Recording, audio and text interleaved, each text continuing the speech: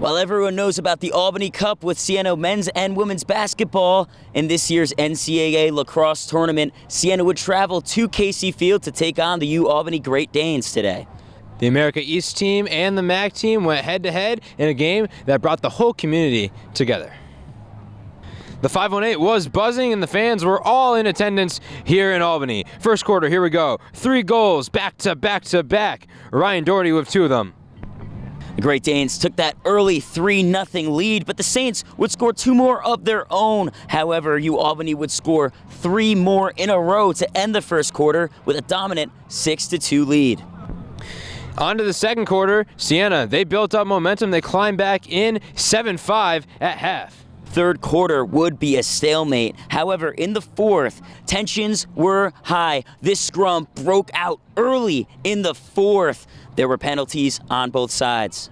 From the Great Danes, coming in their final goal of the game, Silas Richmond, and U-Albany seals the deal at home. 11-9 is the final. They will take on number 1 seeded Cornell coming up in the tournament. For more, Scott Marr had this to say about what this game means for momentum heading in to that game against the number 1 seeded Cornell team.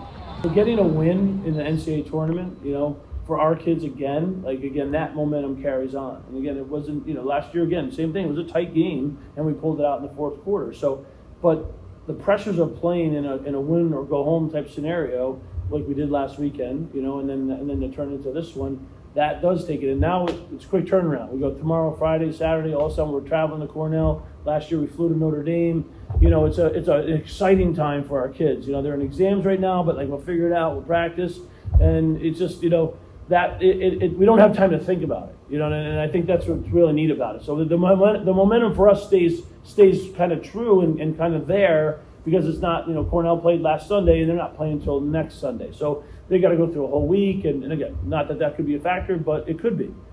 Siena coach Liam Gleason talked about how proud he is of his squad despite the loss. They're one of the most accomplished classes we've ever had, not just in their record books, which a few of them are, but a class that all 4 years have had the opportunity to go to the MAC playoffs, 2 championship games, 2 semifinals, and obviously 1 MAC championship trophy. So they've absolutely left the mark and left a legacy at Siena that the guys coming next have to live up to, have to keep that same standard to be at this table and hopefully one time with a win.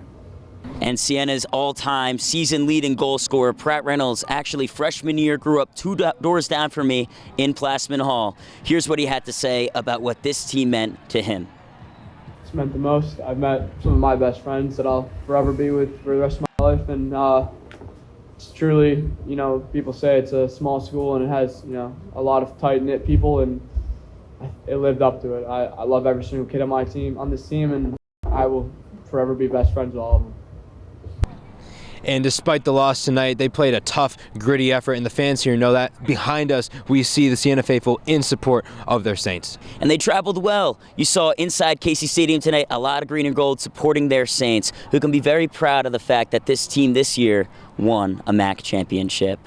For SCTV, I'm at Coloma. And I'm Joe Lemery.